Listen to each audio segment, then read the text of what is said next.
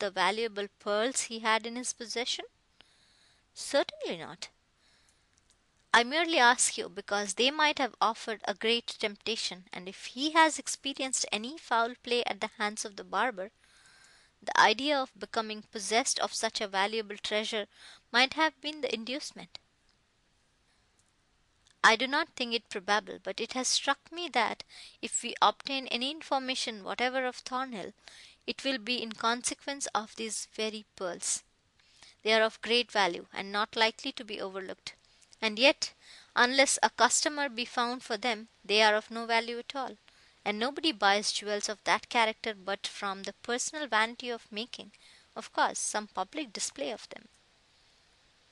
That is true, and so from hand to hand we might trace those pearls until we come to the individual who must have had them from Thornhill himself, and who might be forced to account most strictly for the manner in which they came into his possession.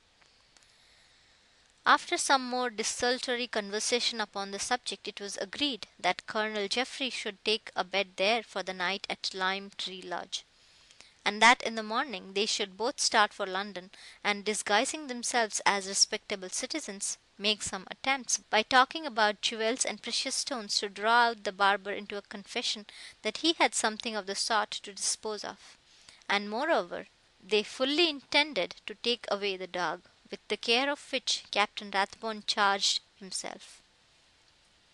We may pass over the pleasant social evening which the Colonel passed with the amiable family of the Rathbones, and skipping likewise a conversation of some strange and confused dreams which Geoffrey had during the night concerning his friend Thornhill, we will presume that both the Colonel and the Captain have breakfasted, and that they have proceeded to London and are at the shop of a clothier in the neighbourhood of the Strand, in order to procure coats, wigs, and hats that should disguise them for their visit to Sweeney Todd.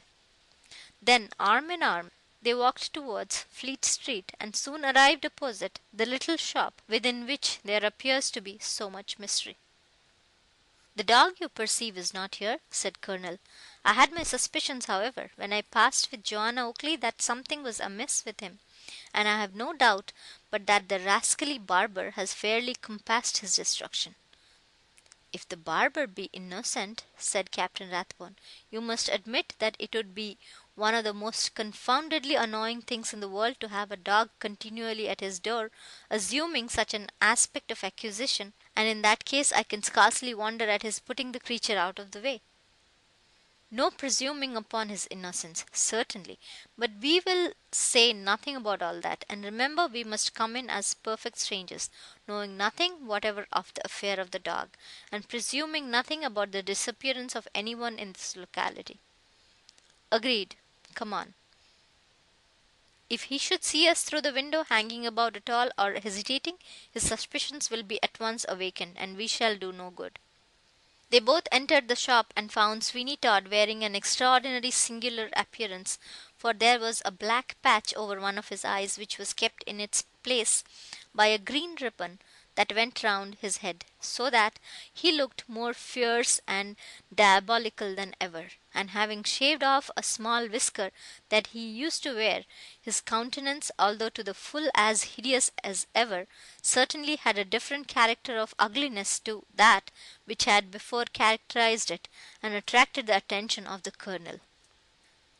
The gentleman would hardly have known him again anywhere but in his own shop. And when we come to consider Sweeney's adventures of the preceding evening, we shall not feel surprised that he saw the necessity of endeavouring to make as much change in his appearance as possible, for fear he should come across any of the parties who had chased him, and who, for all he knew to the contrary, might, quite unsuspectingly, drop in to be shaved in the course of the morning, perhaps to retail at that acknowledged mart for all sorts of gossip, a barber's shop, some of the very incidents which he was so well qualified himself to relate.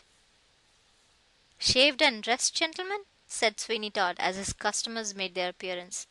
"Shaved only," said Captain Rathbone, who had agreed to be the principal spokesman, in case Sweeney Todd should have any reminiscence of the Colonel's voice, and so suspect him. Pray be seated, said Sweeney Todd to Colonel Jeffrey. I'll soon polish off your friend, sir, and then I'll begin upon you. Would you like to see the morning paper, sir? I was just looking myself, sir, at a most mysterious circumstance, if it is true. But you can't believe, all that is put in the papers. Thank you, said the colonel. Captain Rathbone sat down to be shaved, for he had purposely omitted that operation at home, in order that it should not appear a mere excuse to get into Sweeney Todd's shop. Why, sir, continued Sweeney Todd, as I was saying, it is a most remarkable circumstance. Indeed. Yes, sir. An old gentleman of the name Fiddler had been to receive a sum of money at the west end of the town, and has never been heard of since. That was only yesterday, sir, and there is a description of him in the papers of today. A snuff-coloured coat and velvet smalls, black velvet, I should have said, silk stockings and silver shoe buckles, and a golden-headed cane with WDF upon it, meaning William Dumpledown Fiddler. A most mysterious affair, gentlemen. A sort of groan came from the corner of the shop, and on the impulse of the moment, Colonel Jeffrey sprang to his feet, exclaiming, "What's that? What's that?" "Oh, it's only my apprentice, Tobias Ragg. He has got a pain in his stomach from eating too many of Lovett's pork pies. Ain't that it, Tobias, my bud?" "Yes, sir," said Tobias with another groan. "Oh, indeed," said the colonel. "It ought to make him more careful for the future." "It's to be hoped it will, sir. Tobias, do you hear what the gentleman says? It ought to make you more careful in future. I'm too indulgent to you, that's a fact. Now, sir, I believe you are as clean-shaved as ever you were in your life." "Why, yes," said Captain Rathbone. "I think that will do very well. And now, Mr. Green," addressing the colonel by that assumed name, "and now, Mr. Green, be quick, or we shall be too late for the Duke, and so lose the sale of some of our jewels." "We shall, indeed," said the colonel, "if we don't mind. We sat too long over our breakfast at the inn, and his grace is too rich and too good a customer to lose. He don't mind what price he gives for things that take his fancy, or the fancy of his duchess." "Jewel merchants, gentlemen, I presume?" said Sweeney Todd. "Yes, we have been in that line for some time, and by one of us trading in one direction and the other in another, we manage extremely well, because we exchange what suits our different customers and keep up two distinct connections." "A very good plan," said Sweeney Todd. "I'll be as quick as I can with you, sir. Dealing in jewels is better than shaving." "I dare say it is." "Of course it is, sir. Here have I been slaving for some years in this shop, and not done much good, that is to say. When I talk of not having done much good, I admit I have made enough to retire upon, quietly and comfortably, and I mean to do so very shortly. There you are, sir, shaved with celerity you seldom meet with, and as clean as possible, for the small charge of 1 penny. Thank you, gentlemen. There's your change. Good morning."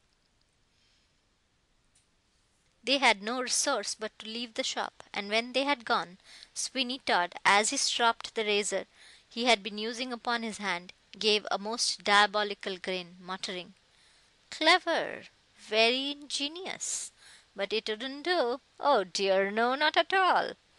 I am not so easily taken in. Diamond merchants, ah, ah, and no objection, of course, to deal in pearls. A good jest that, truly a capital jest. If I had been accustomed to be so defeated, I had not now been here a living man. Tobias, Tobias, I say." "Yes, sir," said the lad dejectedly. "Have you forgotten your mother's danger in case you breathe a syllable of anything that has occurred here, or that you think has occurred here, or so much as dream of?" "No," said the boy. "Indeed I have not. I never can forget it, if I were to live 100 years." "That's well, prudent, excellent, Tobias. Go out now. And if those two persons who were here last waylay you in the street, let them say what they will, and do